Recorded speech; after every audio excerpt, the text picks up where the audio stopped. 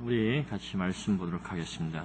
오늘 우리 같이 볼 말씀은 사도행전 19장 8절로 20절 말씀입니다.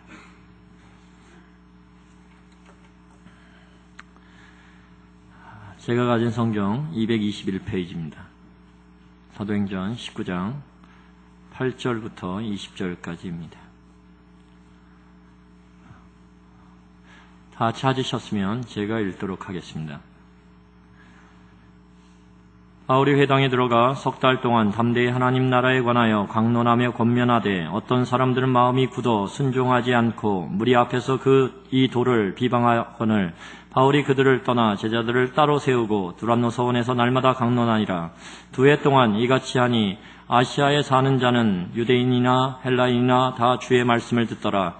하나님이 바울의 손으로 놀라운 능력을 행하게 하시니 심지어 사람이 바울의 몸에서 손수건이나 앞치마를 가져다가 병든 사람에게 얹으면 그 병이 떠나고 악귀도 나가더라. 이에 돌아다니며 마술하는 어떤 유대인들이 시험삼아 악귀 들린 자들에게 주 예수의 이름을 불러 말하되 내가 바울이 전파하는 예수를 의지하여 너희에게 명하노라 하더라. 유대의 한 제사장 스게와의 7 아들도 이 일을 행하더니 악귀가 대답하여 이르되 내가 예수도 알고 바울도 알거니와 너희는 누구냐 하며 악귀 들린 사람이 그들에게 뛰어올라 눌러 이기니 그들이 상하여 벗은 몸으로 그 집에서 도망하는지라. 에베소에 사는 유대인과 헬라인들이 다 이 일을 알고 두려워하며 주 예수의 이름을 높이고 믿는 사람들이 많이 와서 자복하여 행한 일을 알리며 또 마술을 행하던 많은 사람이 그 책을 모아 가지고 와서 모든 사람 앞에서 불사르니 그 책값을 계산한즉 은 5만이 되더라. 이와 같이 주의 말씀이 힘이 있어 흥왕하여 세력을 얻으니라. 아멘. 오늘 우리 임식 목사님 나오셔서 온전한 회심이란 말씀으로 말씀 전해 주시겠습니다.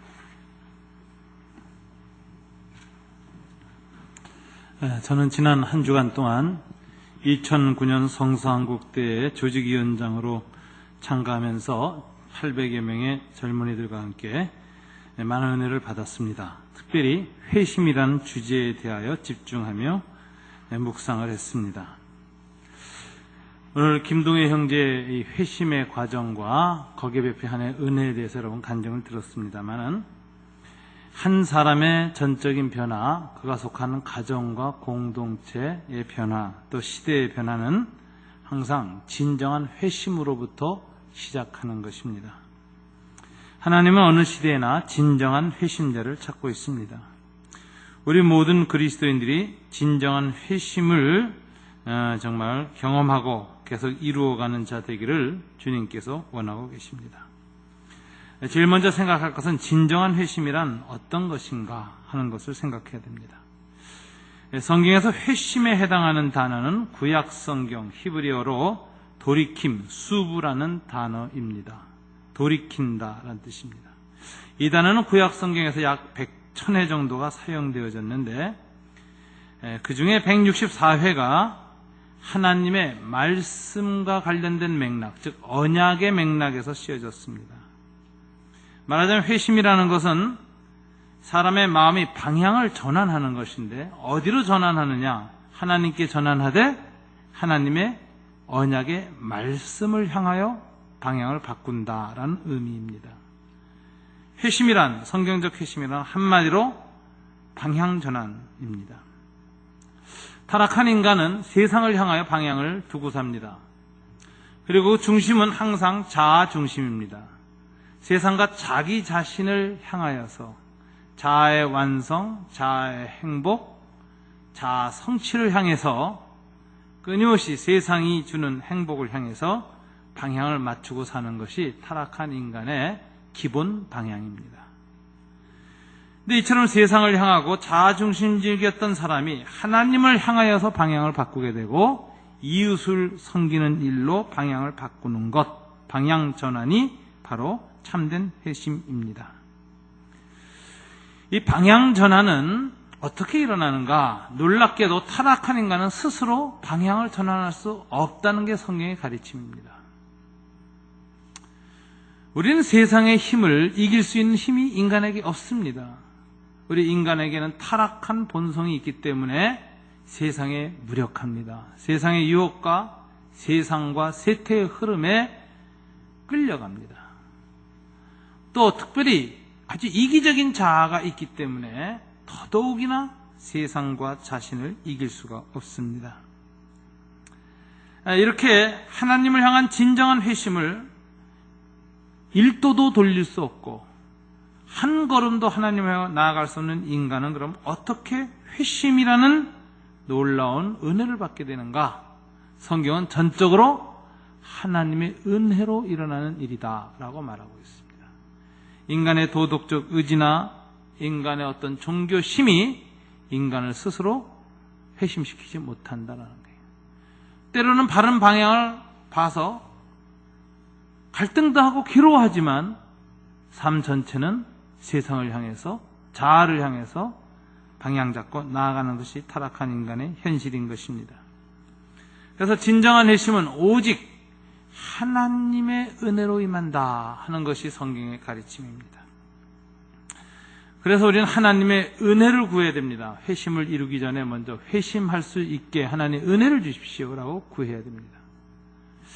이 하나님의 은혜가 임하면 이 세 가지 단어가 그 사람 삶에 이제 임하게 됩니다. 하나님의 은혜를 받은 자의 결과인데요. 첫째는 칭의, 두 번째는 방금 말한 회심, 세 번째는 중생이라는 단어가 하나님의 은혜를 받은 사람에게 임하는 것입니다. 먼저 칭의라는 단어가 있는데 이것은 하나님의 은혜 받은 사람에게 임한 법적인 효과를 가르치는 것입니다. 그래서 칭의라는 단어는 법률 용어입니다. 이게 무슨 소리냐면 의롭다고 칭해준다, 이런 간주해준다라는 뜻입니다. 실제로 도둑놈입니다. 실제로 강도입니다. 그런데 그 사람에 대해서 사면 복권시키는 겁니다. 8.15가 다가오면 광복절 특사라는 게 있습니다. 그죠? 전에 여러 가지 죄 지었던 사람들을 죄를 없다고 다시 인정해 주는 겁니다. 그래서 내보내 줍니다. 하나님의 은혜를 받은 사람에게 하나님이 제일 먼저 허락하시는 것은 믿는 사람에게 의롭다고 인정해 주는 것입니다. 그래서 이거는 법률적인 결과입니다. 네, 여러분, 사면 복권된 사람들이 다시 죄를 지을까요, 안 지을까요? 강도 나와서 또 죄 짓습니다. 강간한 사람 나와서 또 죄 짓습니다.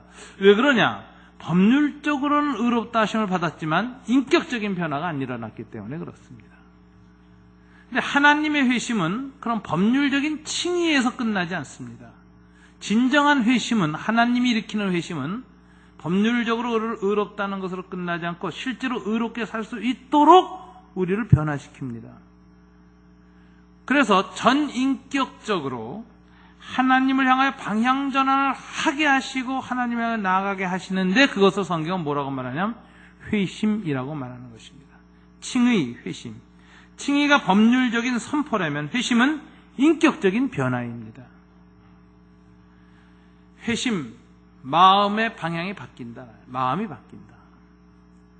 이 마음은 인격의 중심인데 세 가지 요소가 있어요.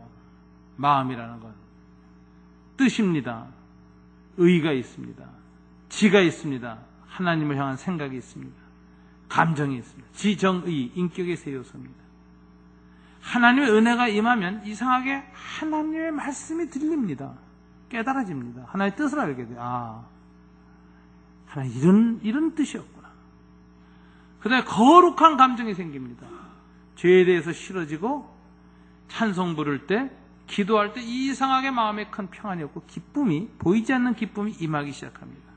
우리 동해 형제 아까 간증에서도 하나님이 40일 동안 그 마음에 세상이 줄 수 없는 평안과 기쁨을 마음에 줬다는 사실을 압니다. 그게 이제 거룩한 감정입니다. 그 다음에 거룩한 뜻을 세워주십니다. 의지의 결단이 생깁니다. 하나님 따라 살아야 되겠다. 하나님 원하는 삶을 살아야 되겠다고 탁 방향을, 결단을 내리는 것이 생깁니다. 이게 회심입니다.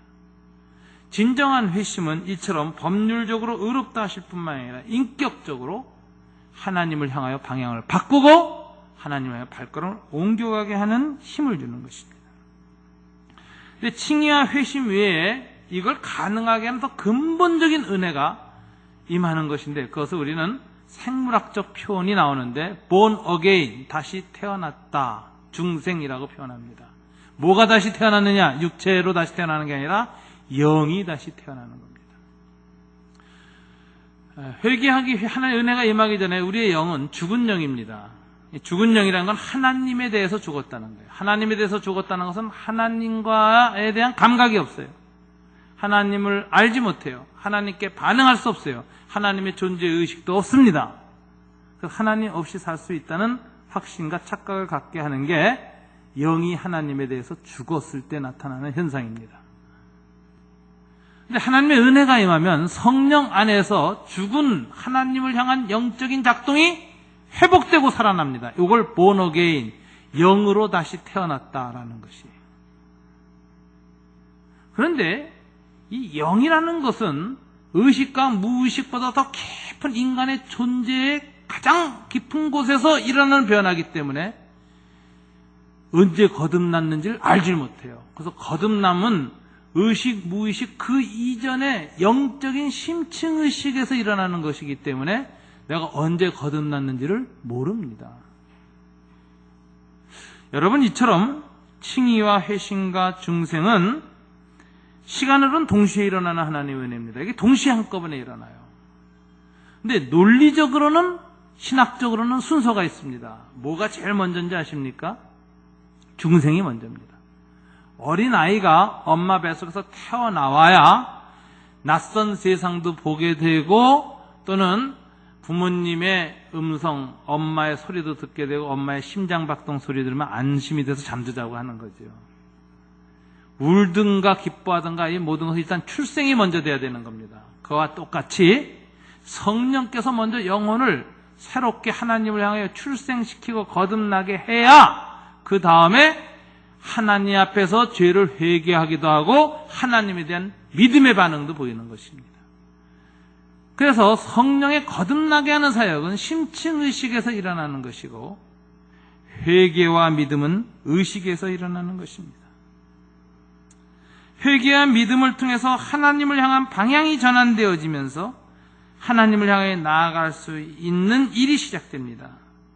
중생이 영적으로는 먼저이고 논리적으로는, 그 다음에 회개와 믿음이 일어나는데, 사실은 이 세 가지는 시간적으로는 동시에 한꺼번에 일어납니다. 이렇게 해서 하나님을 향하여 회개와 믿음을 반복하며 나아가는 방향 전환의 긴 과정을 우리는 회심이라고 부릅니다. 회심이라는 건 한 번 일어나는 사건이 아니라 평생에 걸쳐서 계속 일어나는 긴 사건입니다. 그러므로 회심은 한 번 하고 끝나는 것이 아닙니다. 한 번 회개하고 다시 믿음을 가지고 방향을 전환했던 사람이라 할지라도 시간이 지나면 또다시 죄를 지어요. 그리고 방향이 또다시 나를 위해서 세상을 향해서 이렇게 틀어집니다.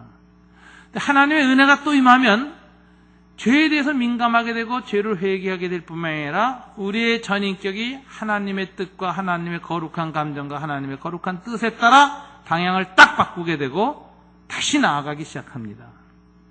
그래서 회개와 믿음은 반복되어져야 하고 회심은 계속 일어나야 합니다. 처음 예수 믿는 사람에게 회심이 일어나는 것이 아니라 오늘 이 자리에 있는 저와 여러분도 오늘 이 시간 또다시 회심해야 됩니다. 회심을 멈추는 순간 우린 중립지대에 있거나 그 자리에 머물러 있는 것이 아니라 더욱 굳어지고 더욱 어두워지는 것입니다. 마치 인절미와 같습니다. 인절미가 가만히 있으면 첫 상태를 유지하느냐? 그렇지 않습니다. 점점 딱딱해지고 시간이 갈수록 굳어집니다. 마찬가지로 인간의 마음이라는 것은 계속해서 하나님의 은혜 안에서 회개와 믿음의 전진을 할 때에 그것이 온전해지는 것이지, 그것이 멈추면 또다시 굳어지기가 쉬운 것입니다. 그러므로 이미 한번 회심했던 사람이라 할지라도 계속해서 회심을 해야 합니다. 조나단 에드워드는 성령의 역사를 통하여 인간의 이성과 감성, 의지가 동시에 한꺼번에 다 변화하는 것이 회심이고 이것이 계속 일어나는 것이 회심이다 라고 말했습니다. 소위 전인격적인 전 생애적인 회심입니다. 이걸 성경은 진정한 회심이라고 말합니다. 내 회심이 진짠가 가짠가, 진정성은 어디 있습니까?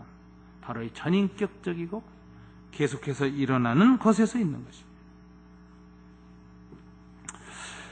두 번째는 온전한 회심이란, 오늘 설교의 본문 제목이죠. 이걸 생각해야 됩니다. 진정한 회심은 회심의 진정성 여부를 판단하는 것이지만, 온전한 회심이라는 것은 진정한 회심이라 할지라도 미성숙할 수 있습니다. 온전하지 못할 수 있습니다.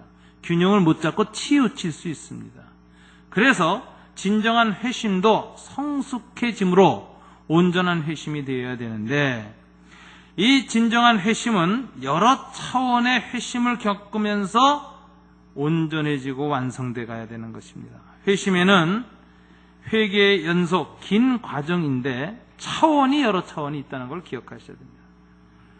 제일 먼저 일어나는 차원이 개인적, 인격적 차원입니다. 우리 김동희 형제 회심할 때 보면 영적 회심, 전인적 회심, 이런 게 아주 깊이 일어났죠. 하나님을 향해서. 이게 개인적 차원에서의 회심입니다.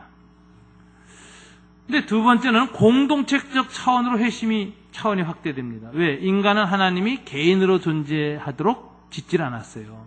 사회적 인간으로 지었어요. 공동체적 인간으로 지었어요.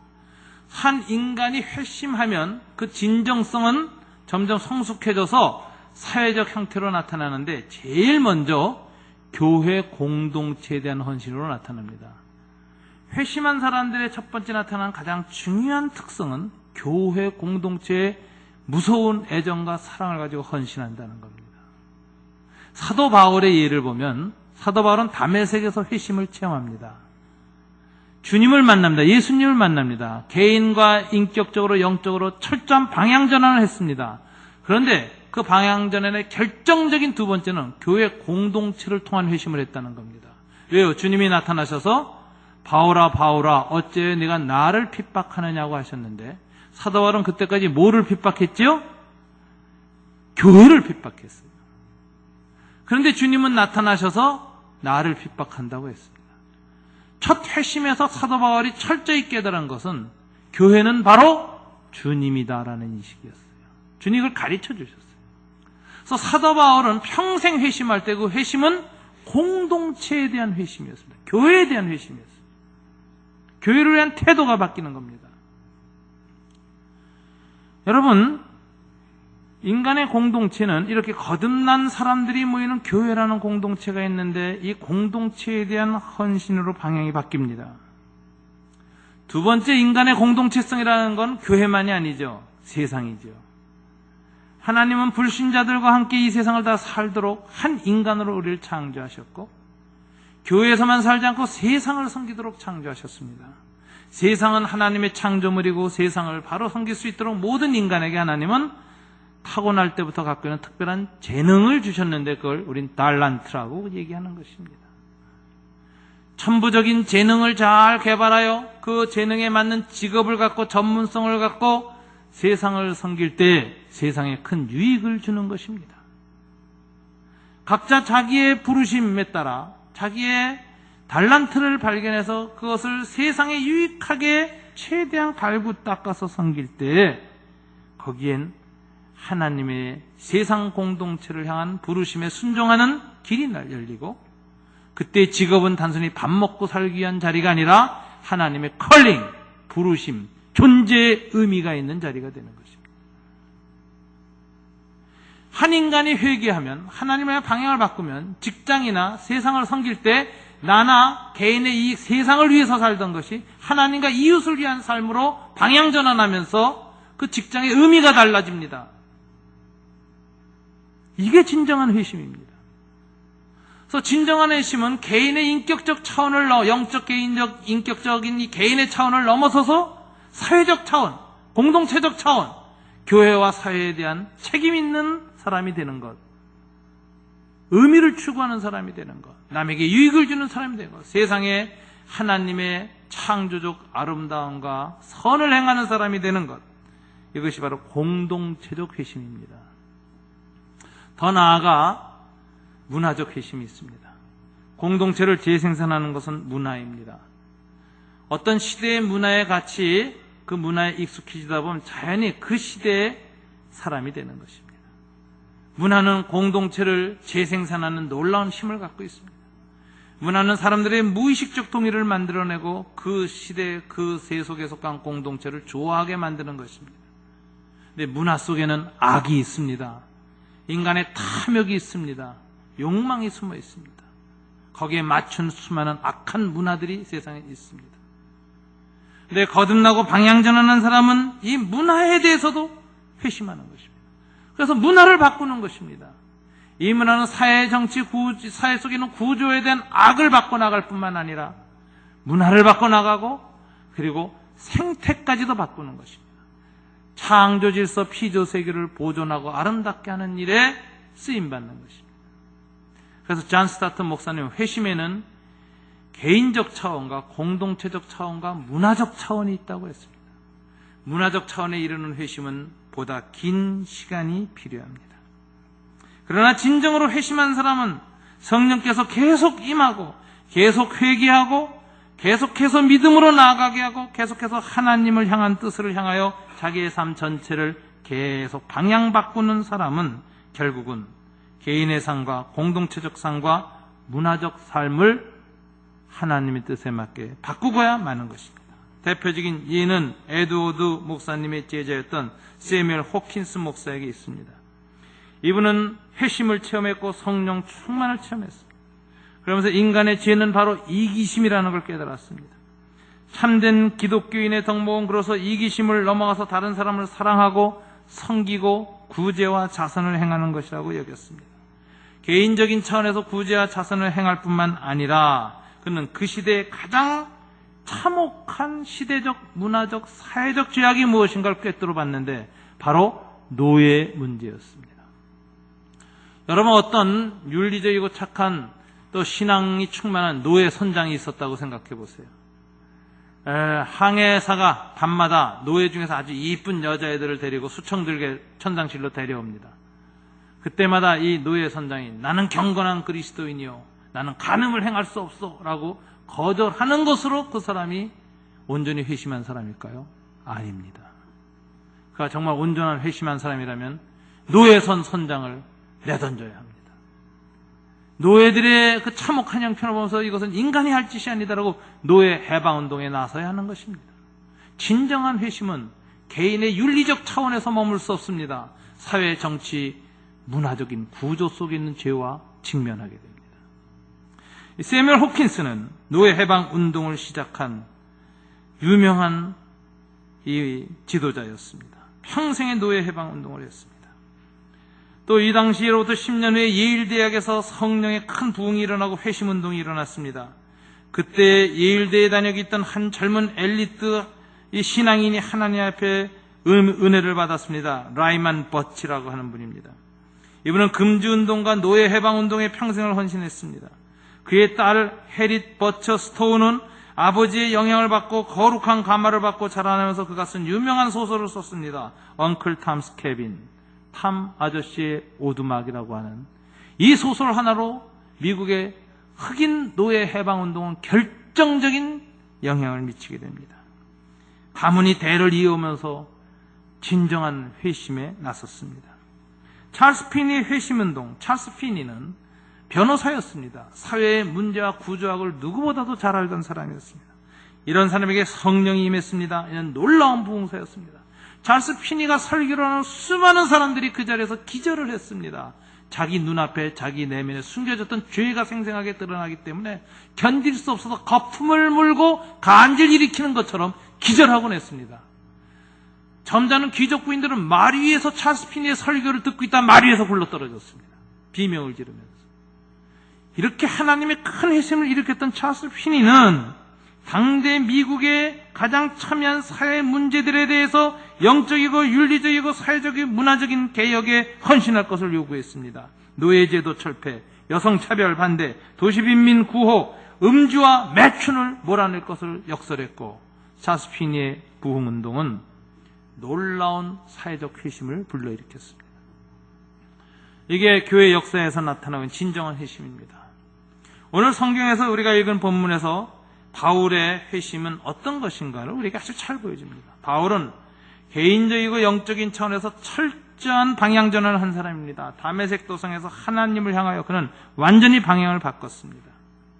두 번째로 그는 아까 말한 것처럼 교회적 회심을 했습니다. 교회에 충성된 일꾼이 되었고 평생 교회를 세우고 교회를 사랑했고 교회가 많은 흠과 부족함이 있어도 그 교회를 위해서 목숨을 버리는 순교자가 되었습니다. 왜냐하면 그에게 교회는 바로 주님과 동일하다는 회심 체험을 다메섹에서 했기 때문입니다. 이게 교회 공동체적 회심이라는 겁니다. 세 번째, 그는 평생에 그레코 로만 사회의 많은 사람들의 악습과 문화적인 악한 것을 끊어내는 문화적 회심, 사회적 회심도 주도했습니다. 오늘 본문 19절에 보면은 무슨 일이 있습니까? 다 같이 한번 읽어볼까요? 또 마술을 행하던 많은 사람이 그 책을 모아가지고 와서 모든 사람 앞에서 불사르니 그 책값을 계산한 즉 은 5만이나 되더라. 이 당시는 마술 문화, 주술 문화가 고린도 사회의 죄악의 대표적인 것이었습니다. 이 당시에는요, 자기가 복받고 욕심을 채우고 잘 살려고 주술과 마술을 많이 사용했어요. 그 다음에 자기를 해치거나 자기보다 먼저 승진하는 사람 죽이려고 주술과 마술을 많이 행하고 그 사람 이름으로 된 인형에다가 바늘을 꼽는 흑마술을 굉장히 많이 행했습니다. 이 주술 문화가 이 당시에 가장 인간의 악의 대표적인 것으로 나타났던 시대였습니다. 오늘날에는 비종교화된 사회가 됐기 때문에 이런 주술 문화가 좀 약합니다. 근데 요즘 아마 다시 이 기복신앙이나 점바지 무당 찾아가는 게 굉장히 흥행하고 있다 그래요. 근데 하여튼 이런 있는데 요즘 시대에는 아마 시대의 악이 문화적, 사회적으로 가장 많이 나타나는 게 뭐냐? 소유와 소비, 쾌락, 향락 문화일 겁니다. 이 물질 문화, 이게 우리 시대의 가장 큰 문제죠. 근데 이 당시 고린도에는 주술 문화였습니다. 근데 사도 바울이 고린도에서 두란노 소원을 세우고 2년 동안 하나님의 복음을 전파했더니 하나님 말씀이 임하고 하나님의 다스림이 임하니까 권능과 능력이 나타나는데 그 결과가 뭐였느냐? 오늘 본문에 보면 주술 문화가 사라지는 것입니다. 이때 많은 사람들이 마술책을 갖고 와서 불살랐습니다. 책값을 계산한 지 은 5만이나 되었습니다. 오늘날 5억이나 50억쯤 되는 책들을 다 불태워버리는 놀라운 사회적 문화적 변화가 일어났습니다. 오늘 한국 문화에서 가장 많이 팔리는 베스트셀러가 뭔지 아십니까? 많은 분들은 기독교인이 1000만 되니까 성경책이 아마 베스트셀러일 거다 이렇게 생각할 텐데 그렇지 않습니다. 한국출판협의회 통계에 의하면 대한민국 최고의 베스트셀러는 예나 지금이나 부동의 1위 토종비결입니다. 그런데 이 에베소에서는 바울이 전한 이 복음이 얼마나 큰 회심을 일으켰는지 그들이 살고 있던 주술 문화를 완전히 뒤바꾸는 놀라운 변화가 일어난 것입니다. 여러분, 이처럼 회심은 개인의 영역이 아니라 공동체 영역, 문화적 영역까지 철저하게 일어나는데 이것을 성경은 온전한 회심, 성숙한 회심이라고 하는 것입니다. 진정한 회심을 한 사람은 온전한 회심으로 나아가게 되어 있습니다. 왜냐하면 날마다 회개하고 날마다 다시 믿음으로 방향을 정하기 때문에 그렇습니다. 어떻게 하면 이 지속적인 회심이 계속 나타나서 우리를 변화시킬 것인가? 성경은 회심은 긴 과정, long process인데 매일 일어나는 것이어야 된다고 얘기해요. daily conversion. 매일 회심하면서 평생 길게 일어나야 된다. 사도 바울은 이것을 내가 날마다 죽는다라는 표현을 썼습니다. 어떻게 매일 회심은 가능합니까? 아까도 말했지만 인간은 자신의 노력과 의지로는 한 걸음도 하나님을 향하여 방향을 바꿀 수 없고 한 걸음 더 나아갈 수가 없습니다. 그러므로 제일 먼저 날마다 회심을 경험하려는 사람들이 해야 하는 기도가 있습니다. 주님, 나를 회심케 하여 주시옵소서. 이 기도로 은혜를 구해야 됩니다. 두 번째는 성령의 은혜가 임하는 도구, 수단, 통로가 있습니다. 두 가지입니다. 뭔지 아세요? 말씀과 기도입니다. 성경 묵상을 하셔야 되고 묵상한 말씀 붙들고 기도해야 돼요. 이 말씀이 내게 이루어지게 해달라고 성령님께 의지하면은 성령의 감동이 임하면서 그 말씀을 지킬 수 있는 능력과 권능이 임합니다. 오늘 에베소 교회 보세요. 두란노에서 이태 동안 하나님 나라의 복음을 전파하니 어떻게 됐어요? 하나님의 권능이 나타나서 악귀 들린 자들을 내쫓는 일이 나오고 악귀 들린 사람도 알아줄 줄 알고 알아보는 이 능력이 나타납니다. 성령의 능력은 말씀과 기도에서 나옵니다. 두란노에서 2년 동안의 말씀 사역과 그것에 순종하는 삶을 통해서 성령의 역사가 일어나서 임재가 나타나는 것입니다. 그러므로 진정한 회심은 이처럼 날마다 말씀과 기도에 정직하게 쓰고 말씀과 기도를 통해서 성령의 거룩한 역사가 내게 임하기를 간절히 구하는 가난한 마음을 가진 사람에게 회심은 반복돼서 일어나며 날마다 평생 길게 계속되어지고 그리고 하나님의 놀라운 변화가 일어나는 것입니다. 회심자는 바른 역사의 방향을 알게 됩니다. 하나님이 다스리는 공동체, 하나님이 다스리는 나라, 하나님이 다스리는 사회, 하나님이 다스리는 민족에게는 하나님의 정의가 나타나고 하나님의 사랑이 나타나고 그 정의와 사랑이 하나로 농축돼서 나타나는 샬롬, 평화가 나타나고 인간에 대한 존엄성이 나타나서 인권이 개성되어지고 우리가 살고 있는 문화와 사회의 이기심과 악들, 향락문화 청산되어지고 그 다음에 인간이 살고 있는 생태계까지도 하나님의 창조 질서로 다시 변하게 되는 놀라운 일이 일어납니다. 우리 시대의 역사가 이 방향을 향해서 가도록 해야 됩니다. 여기에 거꾸로 가는 것은 하나님 나라에 반대되는 것입니다. 그 방향으로 이 시대가 거꾸로 돌아가고 있다면 이것은 진정한 회심을 일으키지 않았다는 증거입니다. 교회가 회심의 통로가 되고 있지 못하는 증거입니다. 오늘날 우리 시대의 흐름과 방향을 보십시오. 정의와 사랑과 평화와 인권과 환경이 개선되고 있습니까? 아니면 거꾸로 돌아가고 있습니까? 만약 이명박 정권 하에서 지금 시대의 방향이 거꾸로 가고 있다면 이것은 이 시대의 그리스도인들의 온전한 회심을 요청하는 하나님의 사인입니다. 그래서 우리는 회심해야 됩니다. 하나님 앞에 회심하기 위해서 은혜를 구해야 됩니다. 오직 성령께서 나와 세속 중심의 삶을 하나님과 이웃을 사랑하는 삶의 방향으로 전환시키시고 그렇게 할 수 없는 나의 무능력과 내 이기심을 아시는 주께서 성령으로 역사하셔서 말씀과 묵상을 통해서 기도를 통해서 나를 변화시키기를 간절히 구하는 겁니다. 그래서 오늘 이 자리에 있는 저와 여러분 모두가 회심해야 합니다. 저도 오늘 또 회심해야 됩니다. 하나님을 향한 방향 바꿈, 한 걸음 나아가 오늘 이루어지기를 주님 이름으로 축원합니다. 기도하겠습니다.